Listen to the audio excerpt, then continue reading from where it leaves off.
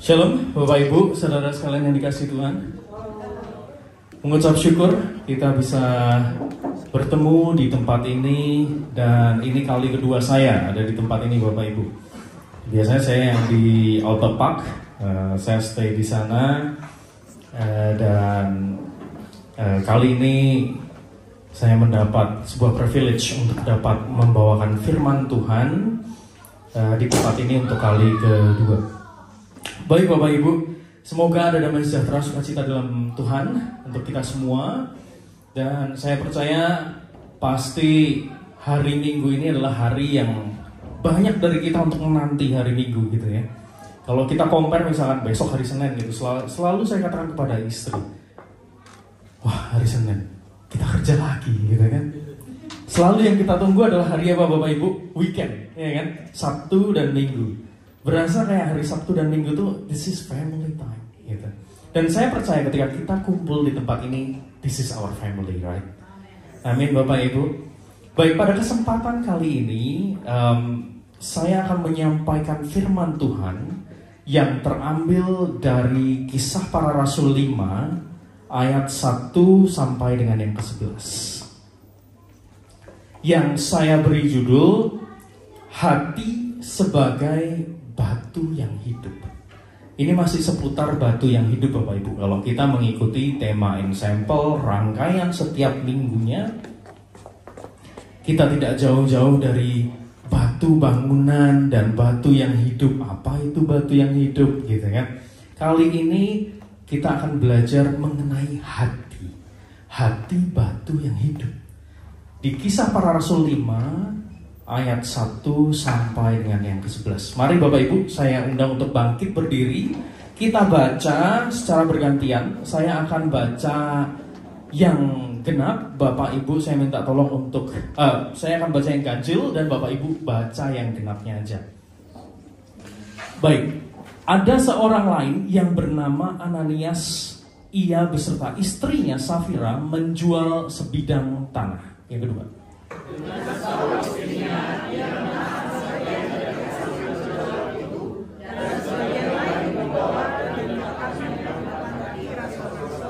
yang ketiga, tetapi Petrus berkata, Ananias, mengapa hatimu dikuasai iblis sehingga engkau mendustai Roh Kudus dan menahan sebagian dari hasil penjualan tanah itu?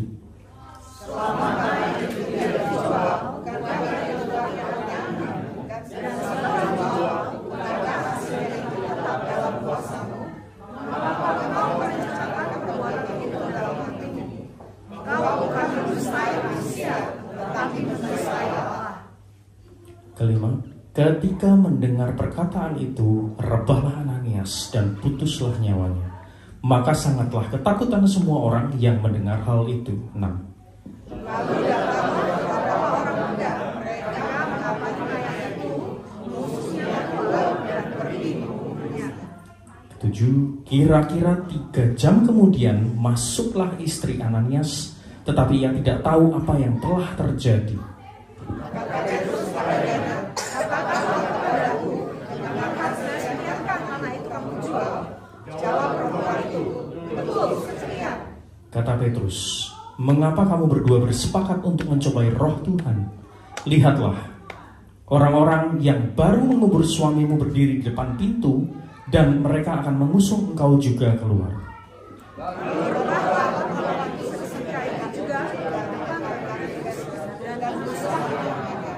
Ketika orang-orang muda yang masuk, mereka mendapati dia sudah mati. Lalu mereka mengusirnya keluar dan membunuhnya. 11. Maka saat ketakutanlah seluruh jemaat dan semua orang yang mendengar hal itu. Yang percaya katakan amin. Silahkan duduk kembali Bapak Ibu.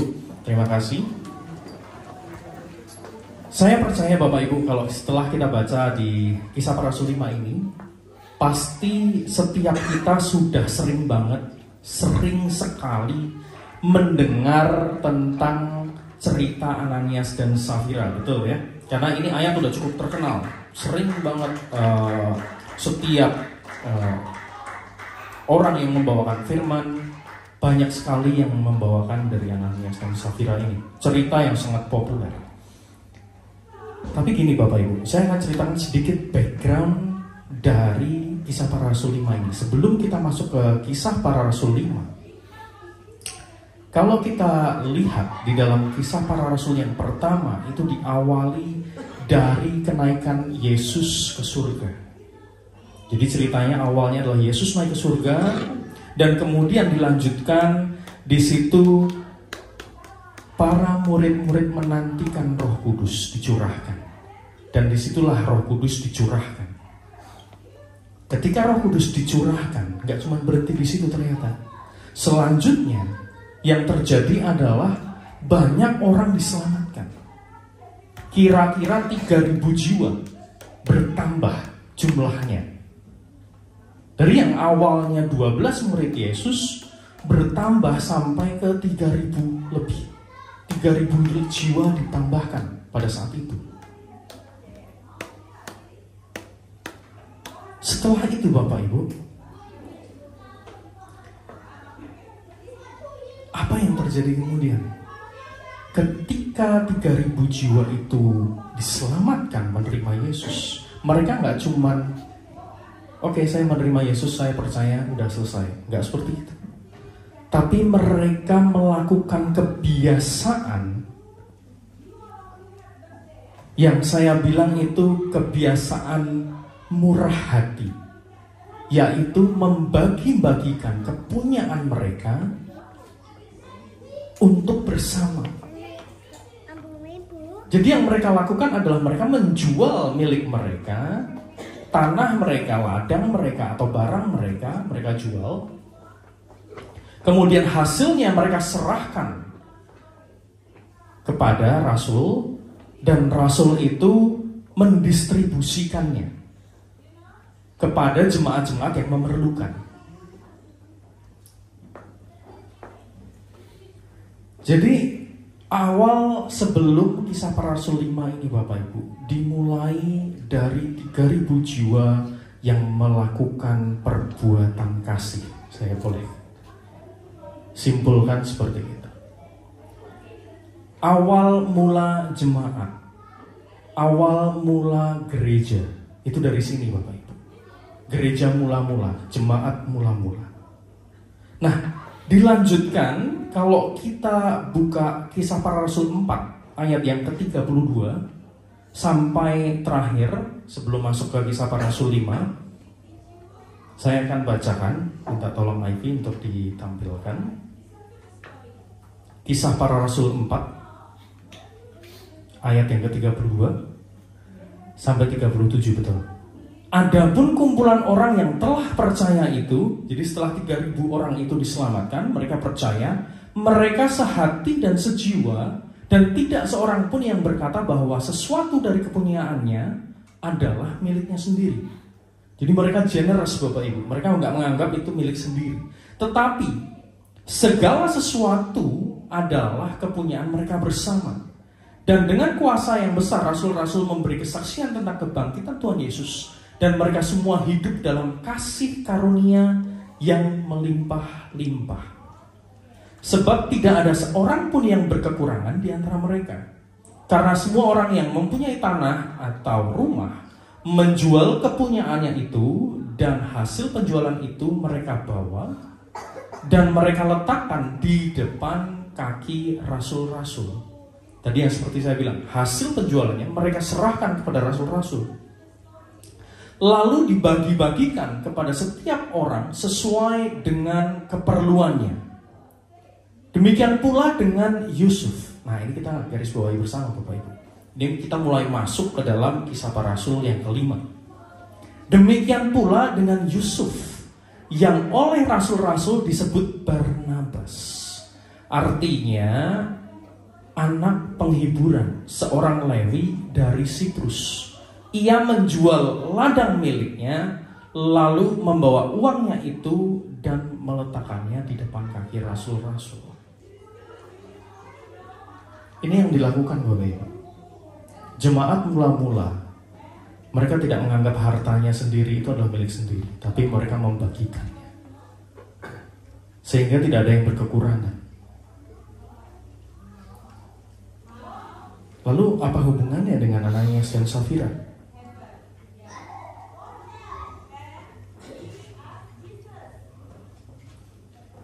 Saya akan membagi menjadi 3 poin, Bapak Ibu, untuk kita semua mudah untuk mengingat pesan Tuhan hari ini, untuk kita bawa pulang bersama. Kita buka di Kisah Para Rasul 5, ini minta tolong. Kisah Para Rasul 5 ayat yang pertama sampai yang ketiga. Jadi yang poin pertama ini Bapak Ibu adalah kita harus memiliki hati yang murni. Itu yang pertama. The pure heart. Itu harus kita miliki Bapak Ibu. Kita belajar bersama dari Kisah Para Rasul 5, dari kisah Ananias dan Safira ini. Ada seorang lain yang bernama Ananias.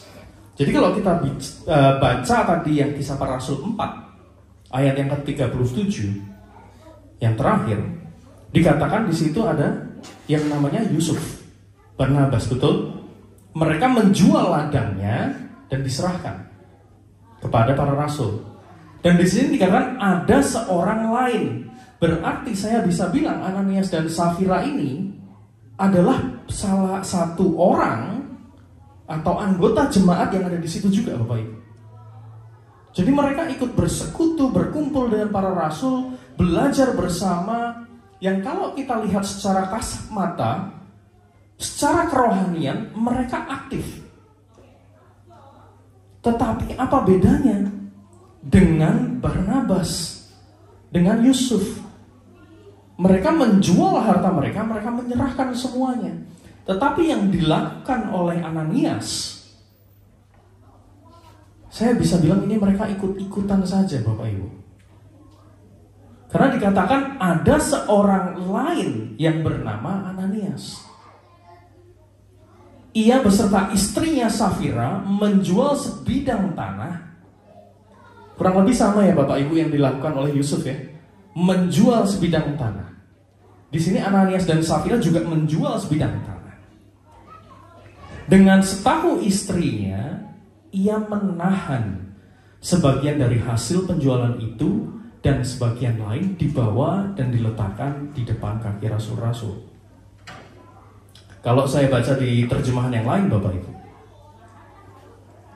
di sini mereka menahan hasil penjualan, menahan sebagian hasil penjualan itu untuk diri mereka. Jadi misalkan mereka hasil penjualannya adalah $100.000 seperti itu. Yang mereka serahkan kepada rasul-rasul itu hanya 70.000. 30.000-nya mereka tahan. Mereka nggak kasih. Lalu pertanyaannya, apakah itu salah? Kita akan pelajari bersama Bapak Ibu. Salahnya ada di mana? Dalam terjemahan aslinya Bapak Ibu, kata menahan itu bisa diartikan dengan kata yang lain, menggelapkan. Ini saya kemarin baru baca, baru pelajari juga. Ternyata luar biasa ya. Kata di sini dengan setahu istrinya ia menahan, di ayat yang kedua, sebagian dari hasil penjualan itu. Ternyata menahan itu kata lainnya adalah menggelapkan. Menggelapkan. Dan luar biasanya lagi Bapak Ibu, ketika saya pelajari di ayat yang ketiga, tetapi Petrus berkata, Ananias, mengapa hatimu dikuasai iblis sehingga engkau mendustai Roh Kudus dan menahan sebagian dari hasil penjualan tanah itu? Kalau di TSI, terjemahan TSI-nya,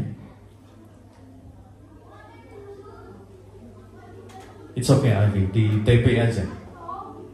Kalau di TSI-nya Bapak Ibu, itu dia menggunakan kata menipu Roh Kudus. Menipu Bapak Ibu. Kalau di sini kan kita di terjemahan baru menggunakan kata mendustai ya.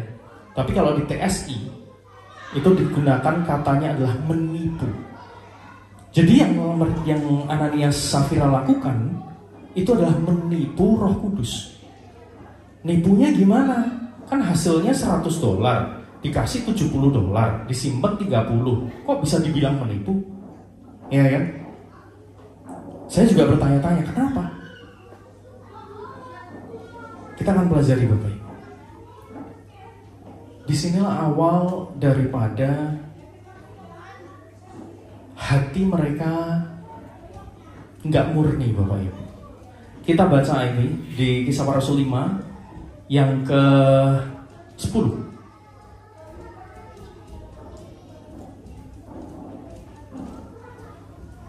Kisah Para Rasul 5 ayat yang ke-10.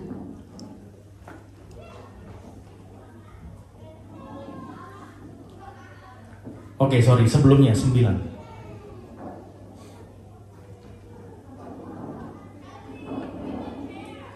Sorry, mundur lagi 8 berarti. Nah nih, kata Petrus kepadanya, katakanlah kepadaku, dengan harga sekiankah tanah itu kamu jual? Jawab perempuan itu, betul sekian. Ini yang dimaksud menipunya Bapak Ibu ternyata. Jadi inilah sikap hati mereka, memiliki hati yang gak murni, menipu Tuhan. Hasil penjualan $100.000, mereka berikan ke Rasul itu 70.000, 30.000-nya untuk mereka sendiri, tapi mereka mengakukan, nih Pak Petrus, gitu kan, ini kan Rasul Petrus namanya kan, nih Pak Petrus, hasil penjualan tanahnya 70.000. Mereka nggak ngomong jujur Bapak Ibu, mereka nggak ngomong hasilnya 100, tapi 30.000-nya saya simpan, nggak seperti itu. Yang mereka lakukan, mereka ngasih 70.000 dan itu mereka mengatakan inilah hasil sepenuhnya. Seperti yang ditulis di Kisah Para Rasul 5 ayat 8. Kata Petrus kepadanya, katakanlah kepadaku, dengan harga sekiankah tanah itu kamu jual? Jawab perempuan itu, betul sekian. Wah, ini adalah kebohongan ya Bapak Ibu ya. Jadi mereka itu hanya ingin mengikuti jejak Yusuf, Barnabas, yang mereka menjual, sehingga mereka apa Bapak Ibu? Ketika saya pelajari, mereka hanya ingin dikenal seperti Yusuf. Mereka hanya mau ikut-ikutan, oh itu Yusuf ngasih, yuk kita ngasih juga ya. Kurang lebih seperti itu Bapak Ibu yang terjadi. Tapi ketika mereka ngasih, mereka nggak ikhlas, sehingga mereka menahan sebagian dan mengatakan itu adalah jumlah total dari hasil penjualan. Itu yang dilakukan. Disitulah maka disebut menipu Roh Kudus. Ini salah satu sifat manusia juga Bapak Ibu. Biasanya yang ketika saya pelajari, ketika saya teliti, ada sifat yang namanya sifat gak mau kalah dari Ananias ini. Ini dapat kita pelajari bersama. Sifat manusia biasanya gak mau kalah. Kalau orang lain ngasih $50, saya kasih $60, gitu kan? Kebanyakan seperti itu. Tapi saya percaya di ensemble sini nggak ada yang seperti itu. Amin Bapak Ibu. Saya akan kasih contoh Bapak Ibu. Saya akan kasih ilustrasi sedikit. Ketika saya muda dulu Bapak Ibu, saya juga memiliki sifat seperti itu. Sifat nggak mau kalah. Jadi dari SMP, kalau di Indonesia itu kan ada SIM nembak gitu ya Bapak Ibu, bisa nembak gitu ya. Harusnya yang punya SIM itu adalah umur yang sudah 18 tahun ya. 18 tahun. 17 kalau di Indonesia, 17 tahun. Tapi waktu itu saya SMP, saya udah punya SIM Bapak Ibu. Kok bisa? Saya lahir di tahun 88. Tapi karena ayah saya punya kenalan orang dalam, polisi, mereka bilang, ini 88 ini, 8-nya yang di belakang itu dihapus dikit aja depannya. Jadi berapa Bapak Ibu? 83 gitu ya. Bukan awalnya mau dibuat 86, tapi kok masih kurang gitu kan. Dibuat 83 sama mereka.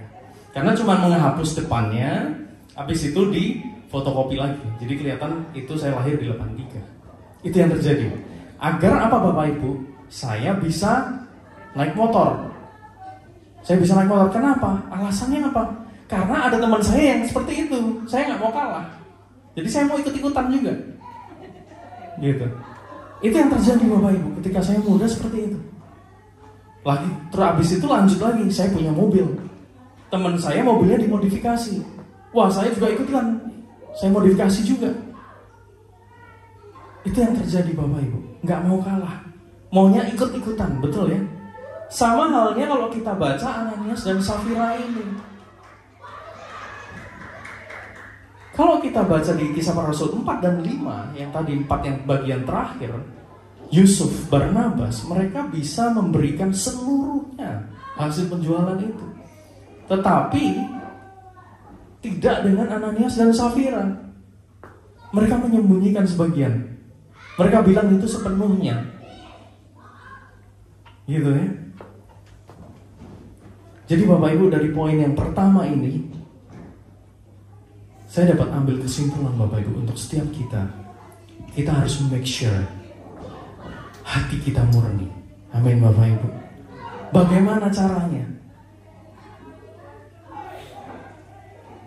Saya beri kisi-kisi Bapak Ibu. Ada 3 cara yang kita bisa lakukan untuk hati kita tetap murni.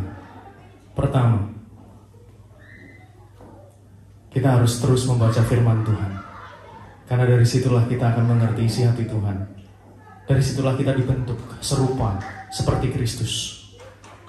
Firman Tuhan adalah firman yang hidup. Itulah yang akan membuat kita hidup juga Bapak Ibu. Yang kedua, lihat di mana kita bersekutu dan berkumpul. Kalau di dalam firman Tuhan Bapak Ibu, kita boleh berteman dengan siapapun, yes. Tetapi bergaul itu yang harus kita lihat. Dengan siapa kita bergaul, disitulah kita akan terbentuk. Dan saya mau encourage Bapak Ibu, mari kita ada gereja ini, ada keluarga ini di dalam Tuhan, bergaullah di sini. Dan saya yakin dan percaya kita akan bertumbuh memiliki hati yang murni. Amin Bapak Ibu. Dan yang ketiga, kisi-kisi yang ketiga, kita harus terus tetap melekat kepada Tuhan, yaitu sumber kehidupan itu sendiri. Jangan sampai kita menjauh. Kalau di dalam iman GBI Bapak Ibu, karena kita di bawah GBI, Sinode GBI, Gereja Bethel Indonesia, di dalam iman GBI mengenai keselamatan, keselamatan itu selalu ada untuk kita semua, yes. Tetapi yang terjadi adalah kita yang meninggalkan keselamatan itu, kita yang lari dari keselamatan itu. Sebenarnya keselamatan itu selalu ada untuk kita, tetapi kita yang meninggalkan, kita yang lari. Maka dari itu Bapak Ibu, saya encourage untuk kita terus melekat pada Tuhan. Maka keselamatan itu terus ada pada kita Bapak Ibu, amin. Baik, kita akan masuk ke dalam poin yang kedua.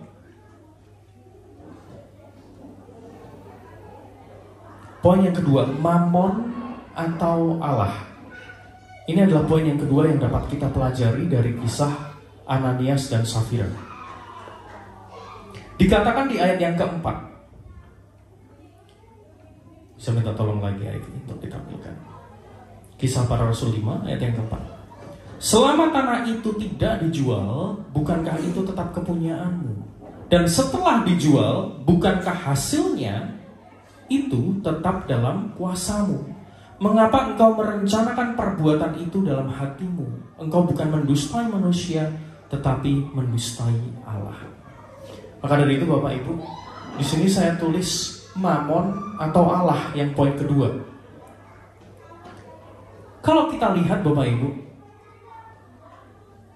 di sini Petrus mention kata bukankah hasilnya itu tetap dalam kuasamu. Dan di dalam sebelumnya, di kalimat ini sebelumnya, bukankah itu tetap kepunyaanmu. Hasil penjualan itu pasti berupa uang, betul ya? Uang itu kita sebut mammon, Bapak Ibu. Kalau uang itu mammon, biasanya ketika kita merasa memiliki suatu barang, ketika kita memiliki uang itu, ketika kita melihat jumlahnya, wih $100.000, wah saya kasih semuanya, sayang juga, saya tahan dikit buat saya sendiri. Biasanya kita cenderung seperti itu. Manusia cenderung seperti itu. Contohnya, ini saya kasih contoh Bapak Ibu. Istri saya sudah terlalu sibuk ngurusin Yohanan gitu kan, karena Yohanan ini anak yang sangat aktif sekali. Energinya tuh saya nggak tahu dapat dari mana, nggak habis-habis. Nah, tapi Bapak Ibu, satu hal yang dilakukan istri saya, selalu lupa naruh handphone di mana. Akhirnya apa? Dia tuh panik. Setiap misalkan nih pulang dari sini gitu ya, saya sih selalu ingatkan. Setiap masuk ke mobil gitu, saya selalu ingatkan. Coba dicek handphonenya ada di mana. Sebelum saya jalan, kalau ketinggalan kan gampang tinggal dicari di sini gitu ya Bapak Ibu. Nah, biasanya yang dilakukan apa Bapak Ibu? Ketika handphone itu dicari nggak ada, dia panik Bapak Ibu. Sama halnya kita ya Bapak Ibu. Coba, kalau misalkan ada barang kita yang hilang atau ketinggalan, kita panik nggak Bapak Ibu? Panik kan? Tetapi kalau misalkan katakanlah iPad saya hilang atau ketinggalan, kira-kira Bapak Ibu sepanik saya nggak? Pasti nggak akan sepanik saya. Ikut mikirin, iya, mungkin ikut ingatnya, oh Pak, saya tadi lihat iPad-nya ada di sini gitu kan. Tapi nggak akan sepanik saya. Saya pasti mungkin di dalam mobil udah saya bongkar-bongkar tuh. Di sini udah saya cari-cari, mungkin muter-muter. Nah, kurang lebih seperti itu Bapak Ibu. Ketika kita merasa memiliki sesuatu, akan sangat susah untuk kita melepaskan. Betul? Ketika kita merasa memiliki benda ini, maka saya akan cenderung, wah saya nggak mau kehilangan benda ini. Ini milik saya. Sehingga ketika kehilangan saya akan panik. Itu adalah psikologis manusia. Tidak ada yang salah dari itu. Tetapi apa yang salah Bapak Ibu? Ketika apa yang diperkatakan tidak sesuai dengan kenyataan. Seperti Ananias dan Safira. Hasil penjualannya berapa tapi dikatakan berapa. Dia lebih memilih memegang mamon itu daripada dia memilih Tuhan yang hidup Bapak Ibu. Dia lebih berat sama mamon. Dia lebih berat sama yang namanya uang. Uang itu ditahan berat, gak mau lepas. Maka dari itu Bapak Ibu, saya selalu ingatkan dalam ketika saya memuridkan anak-anak muda, saya selalu ingatkan. Ingat ya, yang memiliki harta kita itu adalah Tuhan. Tapi kita dipercaya untuk menjadi pengelolanya. Kita yang mengelola. Jadi kalau memang itu adalah bagiannya Tuhan, ya kita kembalikan kepada Tuhan. Saya selalu ingatkan Bapak Ibu. Coba kalau kita lihat amplop persembahan, di sini tidak ada yang tertulis, dan saya percaya di setiap gereja, dan saya harap juga di setiap gereja, di semua gereja, tidak ada yang menerapkan sistem seperti ini Bapak Ibu. Misalkan, silakan beri persembahan minimal $100. Kan gak ada yang seperti itu ya Bapak Ibu ya. Karena apa? Ketika kita memberikan persembahan, kita memberikan persembahan dengan sukarela, betul? Dengan sepenuh hati kita, nggak setengah-setengah gitu ya.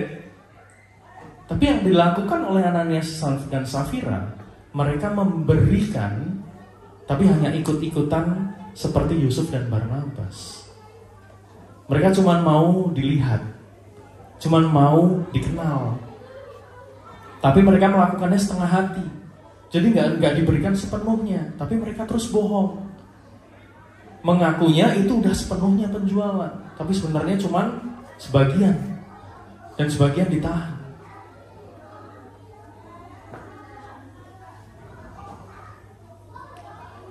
Kita buka Matius 6 ayat 24.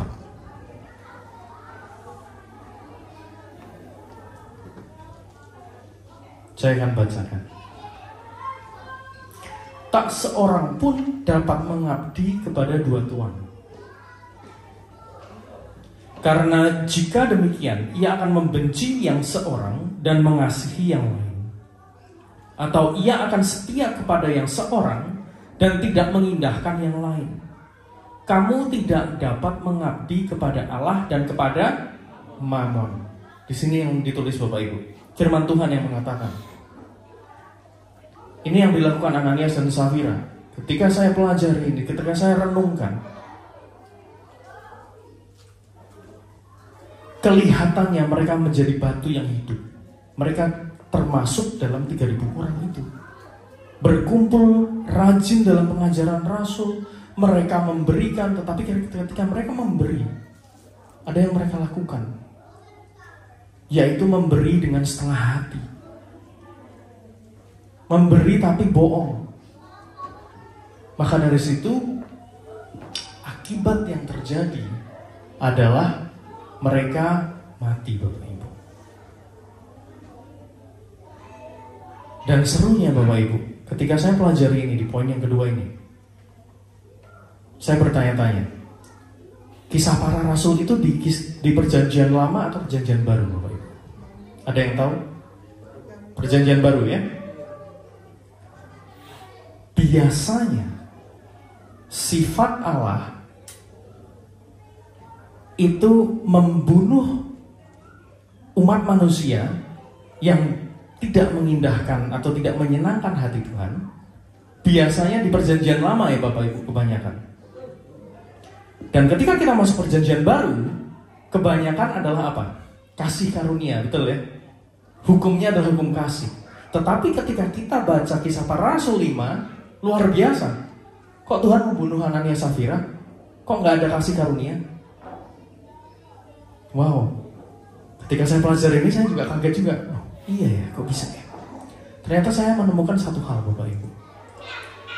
Sifat Allah kita adalah Allah yang tidak bisa berkompromi dengan yang namanya dosa. Dan dosa yang paling tidak bisa diampuni adalah mendustai Roh Kudus. Mendustai Roh Kudus, menipu Roh Kudus, menghina Roh Kudus. Dia tidak setia kepada Allah. Wow. Di sini menunjukkan Allah kita bahwa Allah kita itu tetap sama dahulu, sekarang, dan selamanya. Gak ada yang berubah. Dia tidak bisa kompromi dengan yang namanya dosa. Tetap ada kasih karunia. Melalui apa?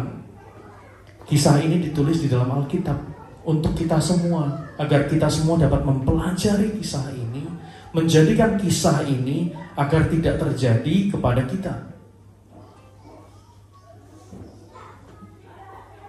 Sehingga ketika kita memberi, Bapak Ibu, kita jangan sampai seperti Ananias dan Safira, memberi dengan setengah hati atau bahkan bohong. Tetapi kita memberi dengan sukacita. Amin Bapak Ibu.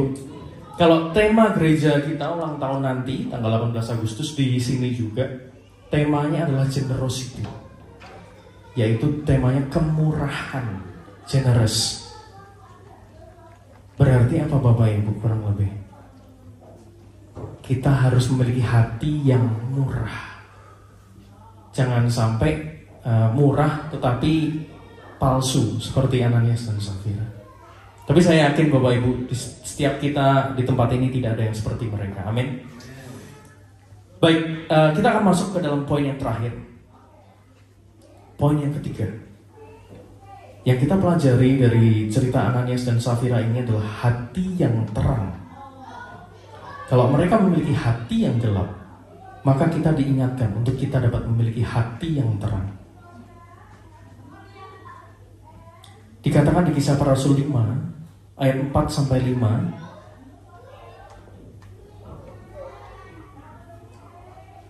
selama tanah itu tidak dijual, bukankah itu tetap kepunyaanmu? Dan setelah dijual, bukankah hasilnya itu tetap dalam kuasamu? Mengapa engkau merencanakan perbuatan-perbuatan itu dalam hatimu? Engkau bukan mendustai manusia, tetapi mendustai Allah. Ketika mendengar perkataan itu, rebahlah Ananias dan putuslah nyawanya. Maka sangatlah ketakutan semua orang yang mendengar hal itu. Dan kita baca juga di 9-10 ayat itu. Kisah Para Rasul 5 ayat yang ke-9-10. Kata Petrus, mengapa kamu berdua bersepakat untuk mencobai roh Tuhan? Lihatlah orang-orang yang baru mengubur suamimu berdiri di depan pintu, dan mereka akan mengusung engkau juga keluar. Lalu rebahlah perempuan itu seketika itu juga di depan kaki Petrus dan putuslah nyawanya. Ketika orang-orang muda itu masuk, mereka mendapati dia sudah mati. Lalu mereka mengusungnya keluar dan menguburnya di samping suaminya. Dari poin ini Bapak Ibu, dari ayat ini, seperti yang sudah saya bahas juga di awal, hati mereka gak bersih. Hati mereka kotor, Bapak Ibu. Hati mereka gelap. Petrus mengatakan, kenapa hatimu dikuasai oleh iblis? Kalau hati mereka dikuasai iblis, berarti hati mereka gelap, ya kan Bapak Ibu? Hati mereka tidak di dalam terang. Kita buka Bapak Ibu, kita bandingkan. Kita akan pelajari bersama, apa itu hati yang terang dan apa itu hati yang gelap. Kita buka Efesus 5 ayat 8 sampai 9. Memang dahulu kamu adalah kegelapan, tetapi sekarang kamu adalah terang di dalam Tuhan. Sebab itu hiduplah sebagai anak-anak terang. Saya percaya Bapak Ibu, setiap kita adalah anak-anak terang, amin. Kita semua sudah percaya Tuhan Yesus. Kita semua percaya di dalam Tuhan, dan Tuhan tinggal di dalam hidup kita. Kita adalah anak-anak terang. Lalu ada buah daripada anak-anak terang. Hati terang, yaitu apa buahnya? Karena terang hanya berbuahkan kebaikan dan keadilan dan kebenaran. Wow. Poin yang terakhir Bapak Ibu, kebenaran. Ketika saya lihat kebenaran ini, yang dilakukan Ananias dan Safira adalah kegiatan atau kelakuan yang tidak benar. Kelakuan yang menipu Allah. Karena mengatakan itu sepenuhnya, bukan sebagian. Padahal sebenarnya sebagian ditahan gitu ya. Lalu kita bandingkan Bapak Ibu. Kita buka Markus 7 ayat 21 sampai 23. Sebab dari hati orang timbul segala pikiran jahat, percabulan, pencurian, pembunuhan, perzinahan, keserakahan, kejahatan, kelicikan. Salah satu sifat daripada Ananias dan Safira adalah kelicikan. Ada politik di situ. Tidak ada keterbukaan, tidak transparansi. Hawa nafsu, iri hati, hujat, kesombongan, kebebalan. Semua hal-hal jahat ini timbul dari dalam dan menajiskan orang. Ketika perbuatan ini timbul, maka orang tersebut najis di mata Tuhan. Itu yang terjadi di Ananias dan Safira. Mereka najis di mata Tuhan. Maka dari itu mereka langsung putus nyawanya. Setelah kita buka kedua ayat itu Bapak Ibu, kita dapat bandingkan bersama ya. Ada buah yang dapat dilihat dari hati yang terang dengan hati yang gelap. Ketika hati kita dikuasai oleh iblis, maka buahnya adalah seperti ini. Tetapi ketika hati kita dipenuhi oleh Roh Tuhan, maka ada kebenaran dalam setiap perkataan kita. Coba ayo. Di Efesus 5 tadi Pak Evi, ayat 89. Ada kebaikan, ada keadilan, ada kebenaran. Mari Bapak Ibu saya encourage di poin yang ketiga ini. Terus jangan tinggalkan Tuhan. Tuhan kita adalah sumber kehidupan. Kalau kita bicara mengenai batu yang hidup, Yesus adalah batu yang hidup. Jadikan Yesus sebagai fondasi kehidupan kita Bapak Ibu. Dalam setiap hal yang kita ucapkan, dalam segala hal yang kita lakukan, kita harus pikir, apakah Yesus disenangkan? Apakah Yesus disukakan? Kalau saya berbuat demikian, kira-kira Tuhan marah gak ya? Itu yang harus terus menjadi tolak ukur dalam kehidupan kita, Bapak Ibu. Amin, Bapak Ibu.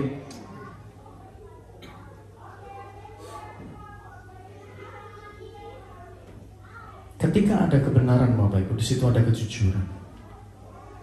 Kalau kita hidupnya benar, Tuhan disenangkan dalam kehidupan kita. Dan saya percaya, ketika Tuhan disenangkan, Bapak Ibu, ada yang namanya favor of God. Tuhan gak pernah yang namanya ninggalin kita, Bapak Ibu. Tapi pastikan kita pegang terus firman kebenaran Tuhan itu. Jadi kesimpulan Bapak Ibu untuk hari ini cuma ada 3 poin. Yang pertama adalah kita harus meyakinkan diri kita harus memastikan diri kita untuk kita terus memiliki hati yang murni. Yang kedua, jangan terikat pada dunia atau mamon, tapi kita harus pastikan kita harus setia sama Allah. Jangan lupa ada kehidupan kekal yang menanti kita. Jangan sampai hanya karena mamon kita meninggalkan yang namanya kehidupan kekal.